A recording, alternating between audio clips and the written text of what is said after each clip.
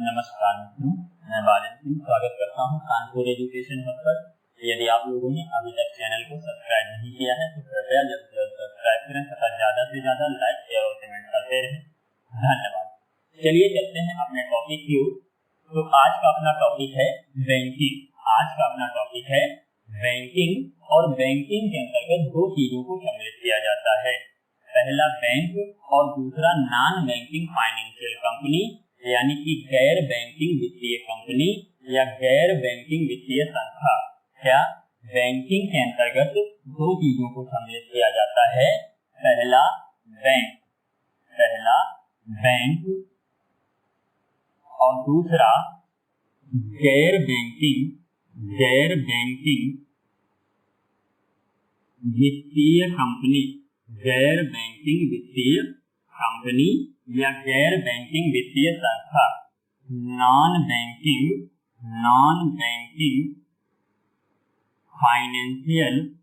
Financial non banking financial company. Non banking financial company. Banking के अंतर्गत दो चीजों को सम्मिलित किया जाता है। पहला बैंक और दूसरा गैर बैंकिंग वित्तीय कंपनी, यानी कि नॉन बैंकिंग फाइनेंशियल कंपनी। जो बैंक है, बैंक के दो प्रमुख कार्य होते हैं। पहला जमा स्वीकार करना और दूसरा ऋण देना। क्या बैंक के दो प्रमुख कार्य होते हैं। बैंक के दो प्रमुख कार्य होते हैं। पहला जमा स्वीकार करना और दूसरा ऋण देना।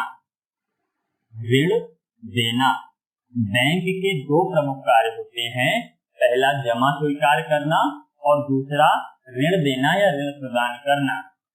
अब जो जमा है तो बैंकों में दो तरह से जमा किया जाता है। बैंकों में पैसा दो तरह से जमा किया जाता है या बैंकें पैसा दो तरीके से जमा करती हैं। पहला मांग जमा और दूसरा सावधि जमा। क्या बैंकों में पैसा दो तरीके से जमा किया जाता है। पहला मांग जमा यानी कि डिमांड डिपॉजिट। मांग जमा यानी कि डिमांड डिपॉजिट और दूसरा सावधि जमा यानी कि टाइम डिपॉजिट। जो मांग जमा है, मांग जमा में पैसा व्यक्ति के द्वारा कभी भी मांगा जा सकता है। जो मांग जमा है, मांग जमा में बैंकों से पैसा व्यक्ति के द्वारा कभी भी मांगा जा सकता है। अपना पैसा व्यक्ति बैंक से कभी भी मांग सकता है। लेकिन जो टाइम जमा होता है, सावधि जमा होता है, सावधि जमा में एक निश्चित समय के लिए पैसा फिक्स कर दिया जाता है कि आपको इतने समय बाद आपका पैसा लौटाया जाएगा। तो क्या है, जो मांग जमा है, मांग जमा में दो तरह के अकाउंट होते हैं। मांग जमा में दो तरह के अकाउंट होते हैं। कौन कौन से? तो पहला सेविंग अकाउंट यानी कि बचत खाता और दूसरा करंट अकाउंट यानी कि चालू खाता।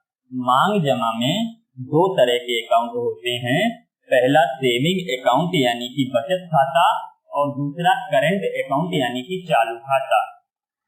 इसी प्रकार सावधि जमा में भी दो तरह से पैसा जमा किया जाता है। पहला फिक्स्ड डिपॉजिट यानी कि एफडी और दूसरा रिकरिंग डिपॉजिट यानी कि आरडी। ये जो फिक्स्ड डिपॉजिट और रिकरिंग डिपॉजिट है, इसमें क्या होता है, पैसा एक निश्चित समय के लिए जमा किया जाता है। जैसे कि 2 साल, 4 साल, 6 साल, 8 साल, 10 साल के लिए फिक्स्ड डिपॉजिट और रिकरिंग डिपॉजिट एफडी और आरडी ली जाती है। एफडी और आरडी में बहुत छोटा सा डिफरेंस होता है। जो एफडी है, फिक्स्ड डिपॉजिट है, इसमें पैसा एक साथ पूरा इकट्ठा जमा करना होता है और आरडी के माध्यम से पैसा किस्तों के रूप में जमा किया जाता है। जो एफडी है, एफडी में पैसा एक साथ इकट्ठे जमा किए जाते हैं तथा आरडी के माध्यम से पैसा किस्तों के रूप में दिया जाता है। अब क्या है, अब यदि हम इसके उदाहरण देखना चाहें तो उदाहरण के रूप में आपके एसबीआई, पीएनबी, एचडीएफसी, आईसीआईसीआई आदि क्या हैं, ये सभी बैंकें हैं। उदाहरण के रूप में हम लिख सकते हैं, उदाहरण एसबीआई,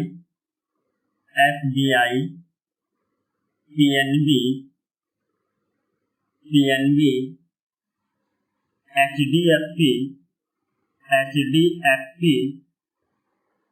आईसीआईसीआई आदि। उदाहरण के रूप में एसबीआई, पीएनबी, एचडीएफसी, आईसीआईसीआई आदि सभी क्या हैं, बैंकें हैं। अब बात करते हैं गैर वित्तीय कंपनी या नॉन बैंकिंग फाइनेंशियल कंपनी क्या है। तो वो संस्थाएं जो मांग जमा को स्वीकार नहीं करती हैं वे गैर वित्तीय संस्थाएं होती हैं, गैर वित्तीय कंपनी होती हैं।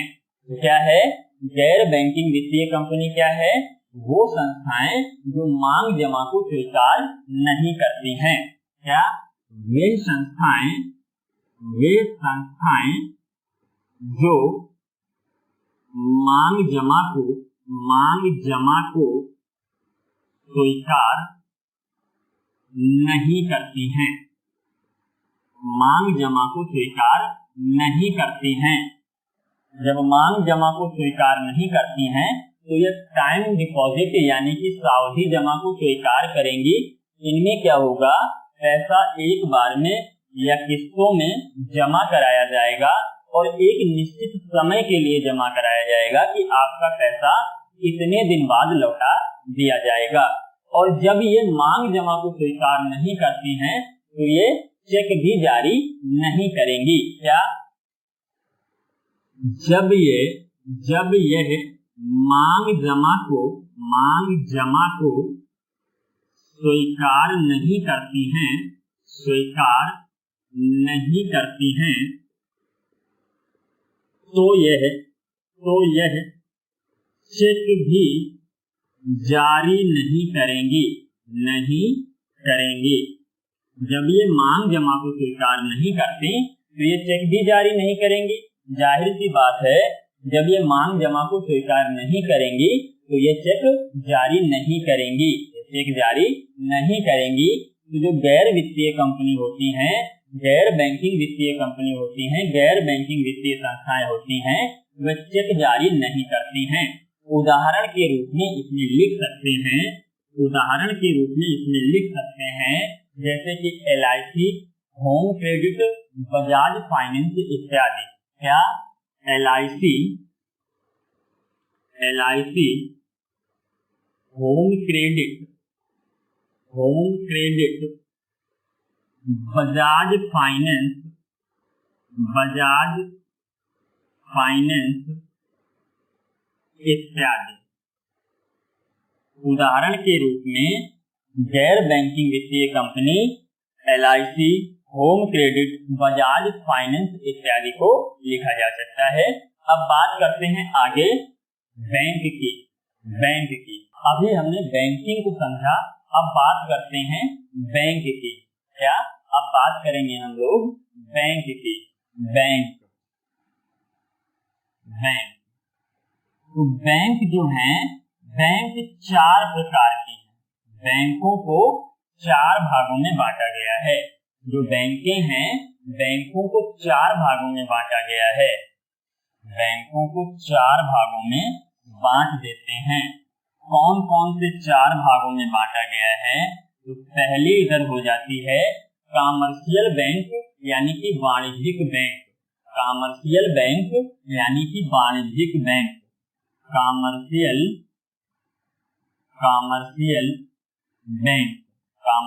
बैंक यानी कि वाणिज्यिक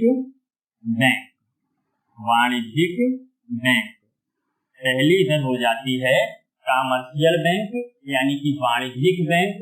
दूसरी हो जाएगी कोऑपरेटिव बैंक यानी कि सहकारी बैंक। क्या, कोऑपरेटिव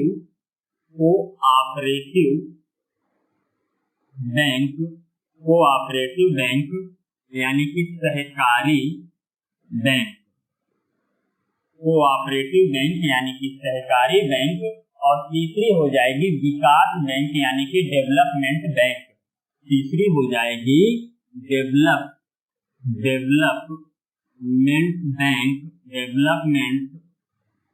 डेवलपमेंट बैंक यानी कि विकास बैंक, डेवलपमेंट बैंक यानी कि विकास बैंक। तीसरी हो जाएगी डेवलपमेंट बैंक यानी कि विकास बैंक। और चौथी हो जाती है केंद्रीय बैंक यानी कि सेंट्रल बैंक, केंद्रीय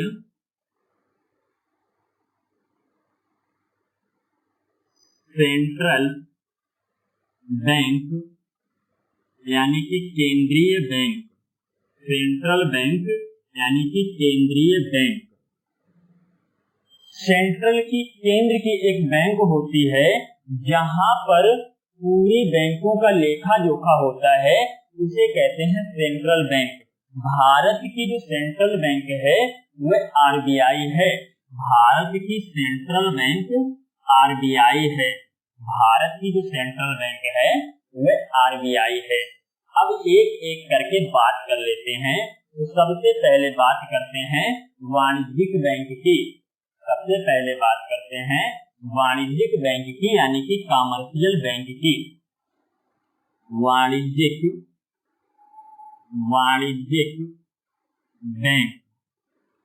वाणिज्यिक बैंक यानी कि कॉमर्शियल बैंक। तो वाणिज्यिक बैंक का उद्देश्य क्या है? वाणिज्यिक बैंक का उद्देश्य क्या है? तो वाणिज्यिक बैंकों का उद्देश्य लाभ कमाना होता है। इसका जो उद्देश्य होता है, वाणिज्यिक बैंक का जो उद्देश्य होता है वह लाभ कमाना होता है। वाणिज्यिक बैंक का उद्देश्य लाभ कमाना होता है। वाणिज्यिक बैंक का उद्देश्य लाभ कमाना होता है। अब वाणिज्यिक बैंकें कौन कौन सी हैं उनकी चर्चा कर लेते हैं। तो सबसे पहले नंबर में आ जाती है आपकी एसबीआई। वाणिज्यिक बैंकों में सबसे पहले नंबर में आ जाती है आपकी SBI, state bank of India. और दूसरे नंबर में आ जाती है नेशनल बैंक। दूसरी बैंक हो जाती है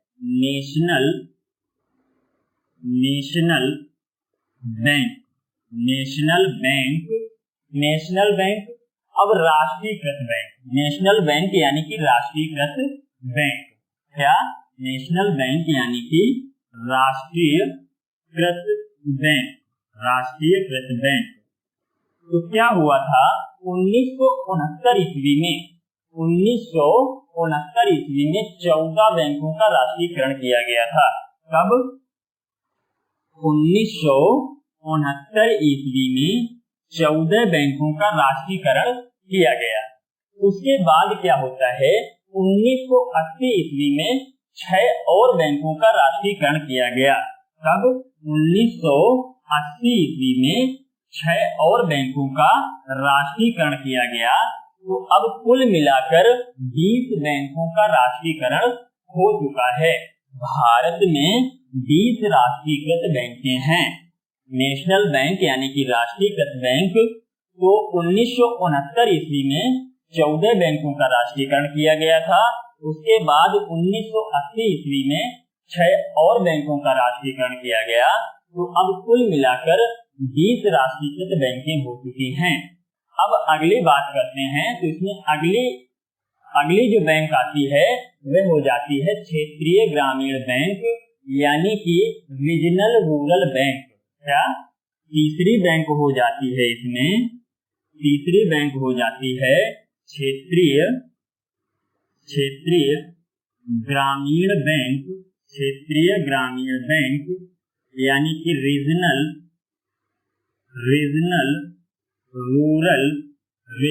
रूरल बैंक। तीसरी बैंक हो जाती है क्षेत्रीय ग्रामीण बैंक यानी कि रीजनल रूरल बैंक। अब आगे क्या है प्राइवेट बैंक, प्राइवेट बैंक। और प्राइवेट बैंकें जो हैं वह भी दो प्रकार की हैं। प्राइवेट बैंकों में इंडियन बैंक यानी कि भारतीय बैंकें भी हैं, इंडियन बैंक, तथा foreign bank, foreign bank, Indian bank और फॉरेन बैंक आती हैं। जो प्राइवेट बैंकें हैं, प्राइवेट बैंकों के अंतर्गत इंडियन बैंकों को भी सम्मिलित किया जाता है और फॉरेन बैंकों को भी सम्मिलित किया जाता है, यानी कि भारतीय बैंकों को भी सम्मिलित किया जाता है तथा विदेशी बैंकों को भी सम्मिलित किया जाता है। अब इसमें चौथी बैंक आ जाती है, चौथी बैंक आपकी आ जाती है क्षेत्रीय ग्रामीण।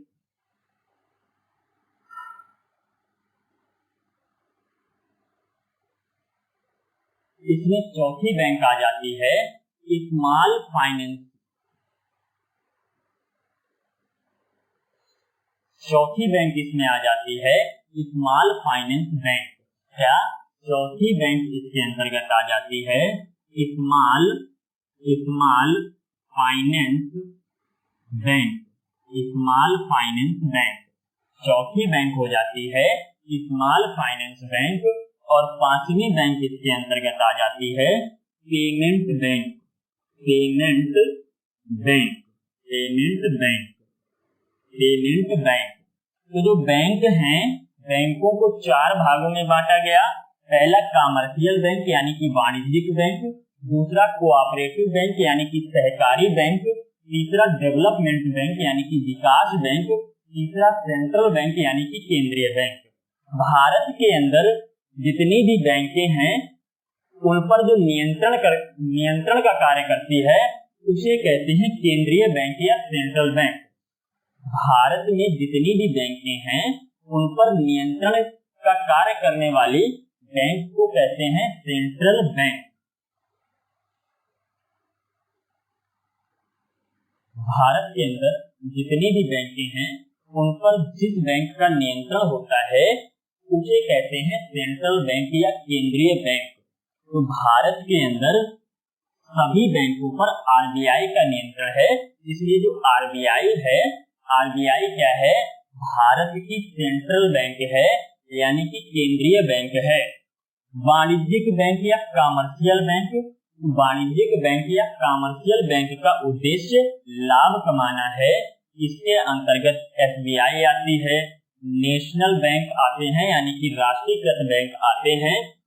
1969 ईस्वी में 14 बैंकों का राष्ट्रीयकरण किया गया था। उसके बाद 1980 ईस्वी में 6 और बैंकों का राष्ट्रीयकरण किया गया। तीसरी बैंक आ जाती है क्षेत्रीय ग्रामीण बैंक यानी कि रीजनल रूरल बैंक। उसके साथ साथ इसमें प्राइवेट बैंकें भी आती हैं। प्राइवेट बैंकों के अंतर्गत भारतीय बैंकों को भी सम्मिलित किया जाता है और विदेशी बैंकों को भी सम्मिलित किया जाता है। इसके बाद इसके अंतर्गत स्मॉल फाइनेंशियल बैंक आती है तथा इसी के अंतर्गत पेमेंट बैंक भी आती है। अब बात करते हैं आगे कोऑपरेटिव बैंक यानी कि सहकारी बैंक की। सहकारी बैंक,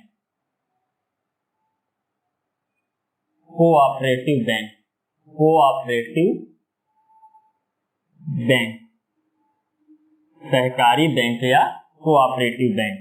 तो सहकारी बैंक या कोऑपरेटिव बैंक को दो भागों में बांटा गया। पहला शहरी और दूसरा ग्रामीण। जो सहकारी बैंक है, कोऑपरेटिव बैंक है, इसे दो भागों में बांट दिया गया। पहला शहरी और दूसरा ग्रामीण। पहला शहरी और दूसरा ग्रामीण। शहरी क्षेत्र के लिए केवल एक बैंक है, प्राथमिक शहरी सहकारी बैंक। शहरी क्षेत्र के लिए केवल एक बैंक है, प्राथमिक शहरी सहकारी बैंक, प्राथमिक शहरी सहकारी बैंक। और ग्रामीण क्षेत्र के लिए राज्य सहकारी बैंक यानी कि स्टेट कोऑपरेटिव बैंक, केंद्रीय जिला सहकारी बैंक यानी कि डिस्ट्रिक्ट सेंट्रल कोऑपरेटिव बैंक, प्राथमिक कृषि साख समाज यानी कि पेमेंट एग्रीकल्चरल क्रेडिट सोसाइटी। क्या? तो ग्रामीण क्षेत्रों के लिए राज्य सहकारी बैंक, राज्य सहकारी बैंक, ग्रामीण क्षेत्रों के लिए राज्य सहकारी बैंक यानी कि स्टेट कोऑपरेटिव बैंक,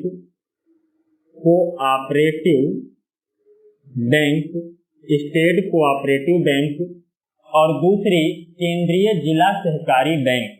क्या? केंद्रीय जिला सहकारी बैंक, केंद्रीय जिला सहकारी bank, district central cooperative bank, district central cooperative bank, district central cooperative bank. और तीसरी प्राथमिक कृषि साख समाज। क्या? प्राथमिक कृषि साख समाज, प्राथमिक कृषि साख समाज यानी कि प्राइमरी एग्रीकल्चरल क्रेडिट सोसाइटी। क्या? प्राइमरी एग्रीकल्चरल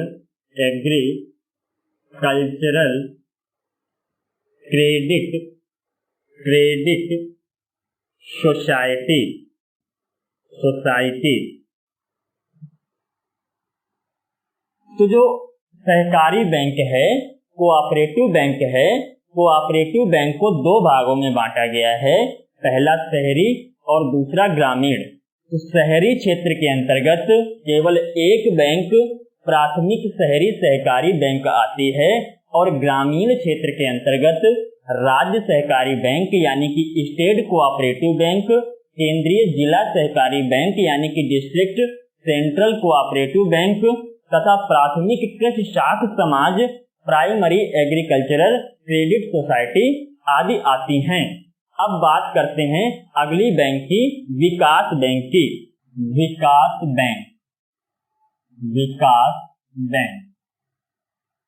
विकास बैंक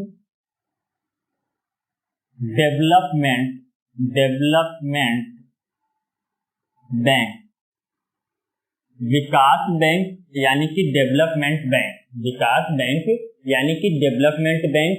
इसके अंतर्गत निम्न बैंकें आती हैं जैसे कि औद्योगिक विकास बैंक। क्या? औद्योगिक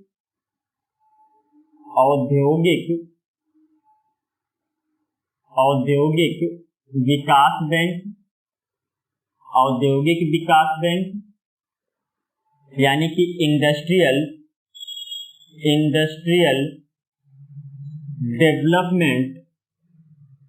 डेवलपमेंट बैंक, औद्योगिक विकास बैंक यानी कि इंडस्ट्रियल डेवलपमेंट बैंक। इसके अंतर्गत निम्न बैंकें आती हैं जैसे कि IDFC, IDBI, ICICI। क्या? इसके अंतर्गत निम्न बैंकें आती हैं जैसे कि IDFC, IDBI,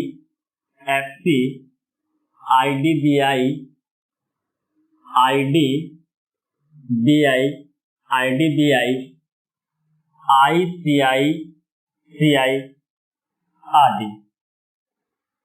जो औद्योगिक विकास बैंक है, इंडस्ट्रियल डेवलपमेंट बैंक है, उसके अंतर्गत निम्नलिखित बैंकें आती हैं जैसे कि IDFC, IDBI, ICICI आदि।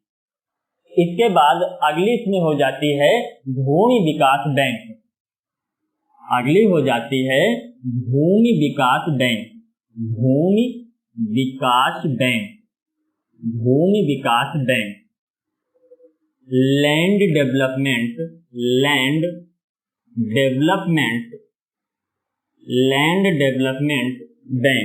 लैंड डेवलपमेंट बैंक, भूमि विकास बैंक यानी कि लैंड डेवलपमेंट बैंक। उदाहरण के तौर पर इसमें नाबार्ड को ले सकते हैं। भूमि विकास बैंक के अंतर्गत नाबार्ड को उदाहरण के तौर पर लिख सकते हैं जैसे कि नाबार्ड नाबार्ड एक प्रकार का भूमि विकास बैंक है। जो नाबार्ड है वह एक प्रकार का भूमि विकास बैंक यानी कि लैंड डेवलपमेंट बैंक है। तीसरी बात करते हैं इसमें, तो तीसरा बैंक हो जाता है आयात निर्यात बैंक यानी कि एक्जिम बैंक। क्या? तीसरा बैंक इसमें हो जाता है आयात निर्यात बैंक। आयात निर्यात बैंक यानी कि एक्जिम बैंक यानी कि एक्सपोर्ट इंपोर्ट बैंक। तो तीसरा बैंक इसके अंतर्गत हो जाता है आयात निर्यात बैंक यानी कि एक्जिम बैंक यानी कि एक्सपोर्ट इंपोर्ट बैंक। अब यदि हम बात करें अगले बैंक की, तो अगला बैंक हो जाता है गृह विकास बैंक। क्या? गृह विकास बैंक।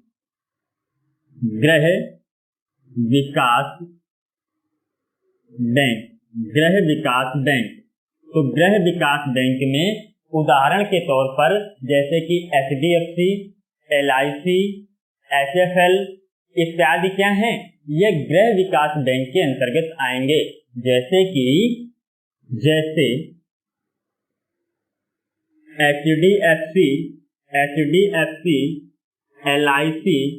HDFC, LIC, HFL आदि। गृह विकास बैंक के अंतर्गत HDFC, LIC, HFL आदि बैंकें आती हैं। तो विकास बैंक यानी कि डेवलपमेंट बैंक के अंतर्गत निम्न बैंकें आती हैं, जैसे कि औद्योगिक विकास बैंक यानी कि इंडस्ट्रियल डेवलपमेंट बैंक। उदाहरण के तौर पर इसमें HDFC, IDBI, ICICI आदि बैंकें आती हैं।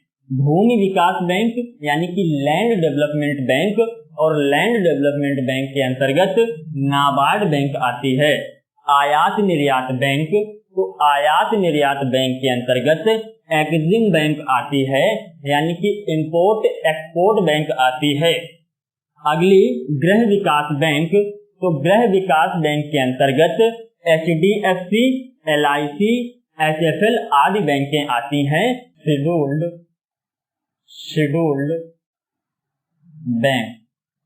शेड्यूल्ड बैंक यानी कि अनुसूचित बैंक। शेड्यूल्ड बैंक यानी कि अनुसूचित बैंक, तो वह बैंक जो RBI अधिनियम 1934 के द्वितीय अनुसूची में शामिल हैं, वह सभी बैंकें अनुसूचित बैंक कहलाती हैं। क्या? वह बैंक जो RBI अधिनियम 1934 के द्वितीय अनुसूची में शामिल हैं, शेड्यूल्ड बैंक यानी कि अनुसूचित बैंक कहलाती है। क्या? वह बैंक जो RBI अधिनियम 1934 के द्वितीय अनुसूची में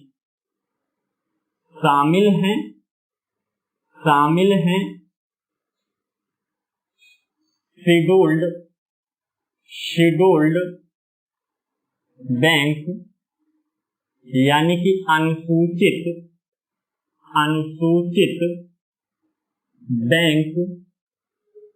कहलाती है। क्या? वह बैंक जो RBI अधिनियम 1934 के द्वितीय अनुसूची में शामिल हैं, वह शेड्यूल्ड बैंक यानी कि अनुसूचित बैंक कहलाती है। और अनुसूचित बैंकों को भी दो भागों में बांट दिया गया है। अनुसूचित बैंक को भी दो भागों में बांट दिया गया है। अनुसूचित बैंक को भी दो भागों में बांट दिया गया है। पहला वाणिज्यिक बैंक और दूसरा सहकारी बैंक। पहला वाणिज्यिक बैंक और दूसरा सहकारी बैंक। तो जो शेड्यूल्ड बैंक है, अनुसूचित बैंक है, अनुसूचित बैंक को भी दो भागों में बांट दिया गया। पहला वाणिज्यिक बैंक यानी कि कमर्शियल बैंक और दूसरा सहकारी बैंक यानी कि कोऑपरेटिव बैंक। और सहकारी बैंकों के अंतर्गत दो बैंकें हैं। सहकारी बैंकों के अंतर्गत दो प्रकार की बैंकों को सम्मिलित किया गया। पहला राज्य सहकारी बैंक जो कि ग्रामीण स्तर पर है। पहला राज्य सहकारी बैंक, राज्य सहकारी बैंक, राज्य सहकारी बैंक जो कि ग्रामीण स्तर पर है, जो कि ग्रामीण स्तर पर है। सहकारी बैंक के अंतर्गत दो बैंकों को सम्मिलित किया गया। पहला राज्य सहकारी बैंक जो कि ग्रामीण स्तर पर है और दूसरा प्राथमिक शहरी सहकारी बैंक। दूसरा प्राथमिक शहरी सहकारी बैंक, प्राथमिक शहरी सहकारी बैंक। और ये शहरी स्तर के लिए है, और ये शहरी स्तर के लिए है यानी कि अर्बन एरियाज के लिए है। जो अनुसूचित बैंक है, अनुसूचित बैंक को दो भागों में बांटा गया। पहला वाणिज्यिक बैंक और दूसरा सहकारी बैंक। सहकारी बैंकों के अंतर्गत दो प्रकार की बैंकों को सम्मिलित कर लिया गया।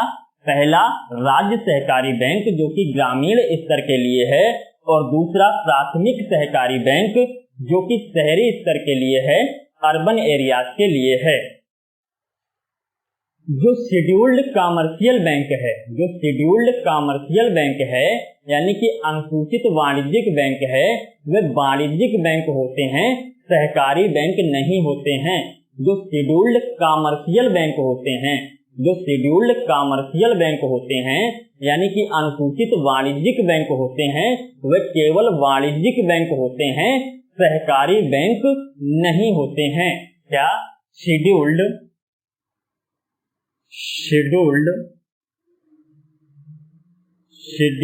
Commercial bank, scheduled commercial bank यानी कि अनुसूचित वाणिज्यिक बैंक।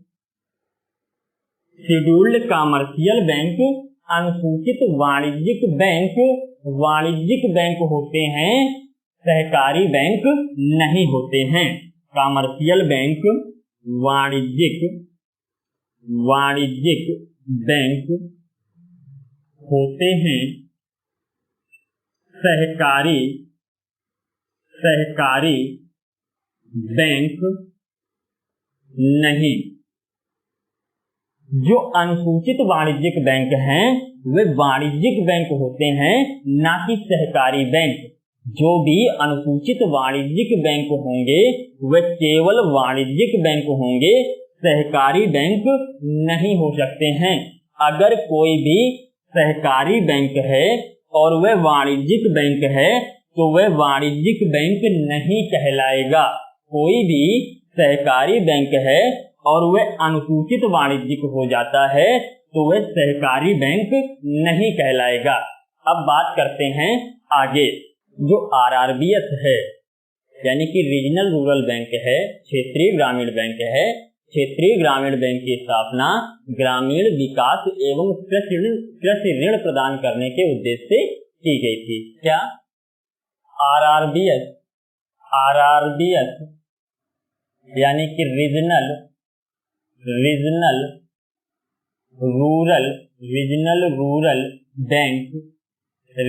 रूरल बैंक यानी कि क्षेत्रीय ग्रामीण बैंक की स्थापना, क्षेत्रीय ग्रामीण बैंक की स्थापना ग्रामीण विकास, क्षेत्रीय ग्रामीण बैंक की स्थापना ग्रामीण विकास एवं कृषि ऋण प्रदान करने के उद्देश्य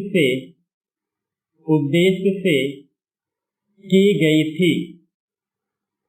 क्या जो आरआरबीएस है, रीजनल रूरल बैंक है, क्षेत्रीय ग्रामीण बैंक है, तो क्षेत्रीय ग्रामीण बैंक की स्थापना ग्रामीण विकास तथा कृषि के लिए ऋण प्रदान करने के उद्देश्य से की गई थी। अब बात करें प्रथम क्षेत्रीय ग्रामीण बैंक कौन सी है, तो प्रथम क्षेत्रीय ग्रामीण बैंक प्रथमा ग्रामीण बैंक है। क्या प्रथम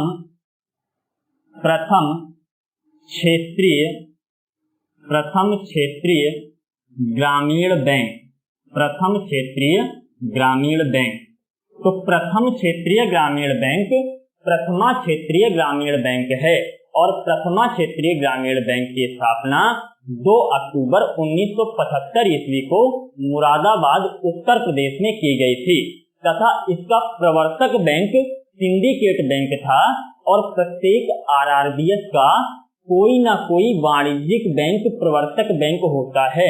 प्रत्येक आरआरबीएस का कोई ना कोई वाणिज्यिक बैंक क्या होता है, प्रवर्तक बैंक होता है। क्या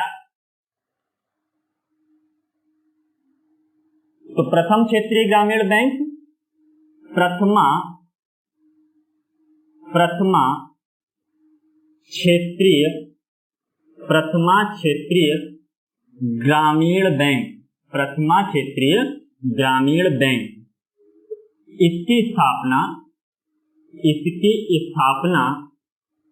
2 अक्टूबर 1975 ईस्वी को, इसकी स्थापना 2 अक्टूबर 1975 ईस्वी को मुरादाबाद उत्तर प्रदेश में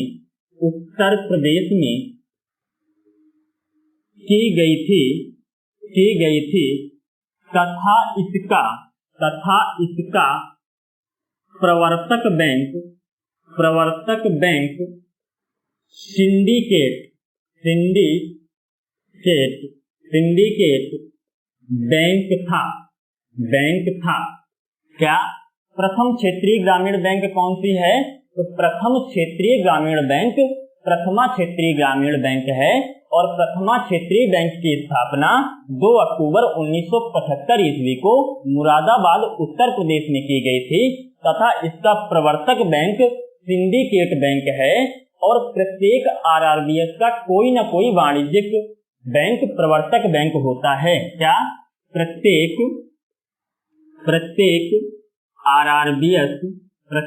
आरआरबीएस यानी कि रीजनल रूरल बैंक का आरआरबीएस का कोई ना कोई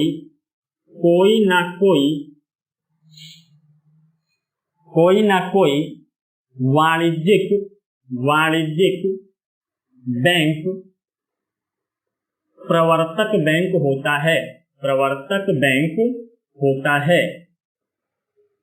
प्रत्येक क्षेत्रीय ग्रामीण बैंक का कोई ना कोई वाणिज्यिक बैंक ऐसा होगा जो कि प्रवर्तक बैंक होगा। अब हम बात करते हैं RRBs capital sharing ratio, RRBs capital sharing ratio, RRBs capital sharing ratio, RRBs capital sharing ratio. तो आरआरबीएस का जो कैपिटल शेयरिंग रेशियो होता है वह 50, 35 तथा 15 का होता है। आरआरबीएस का कैपिटल शेयरिंग रेशियो 50, 35 तथा 15 का होता है। आरआरबीएस का कैपिटल शेयरिंग रेशियो 50, 35 तथा 15 का होता है। इसमें क्या होती है, जो ग्रामीण बैंकें होती हैं, ग्रामीण बैंकों में 50% हिस्सेदारी केंद्र सरकार की होती है, 50% हिस्सेदारी केंद्र सरकार की होती है और 35% हिस्सेदारी प्रवर्तक बैंक की होती है। 35% हिस्सेदारी प्रवर्तक बैंक की होती है और 15% की हिस्सेदारी राज्य सरकार की होती है। 15% हिस्सेदारी राज्य सरकार की होती है। तो आरआरबीएस का कैपिटल रेशियो 50, 35 तथा 15 का होता है। इसमें 50% की हिस्सेदारी केंद्र सरकार की होती है, 35% की हिस्सेदारी प्रवर्तक बैंक की होती है और 15% की हिस्सेदारी राज्य सरकार की होती है। तो चलिए आज की क्लास हम लोग यहीं पर समाप्त करते हैं। अगली क्लास यहीं से आगे कंटिन्यू करेंगे। तब तक के लिए नमस्कार, धन्यवाद, बाय बाय।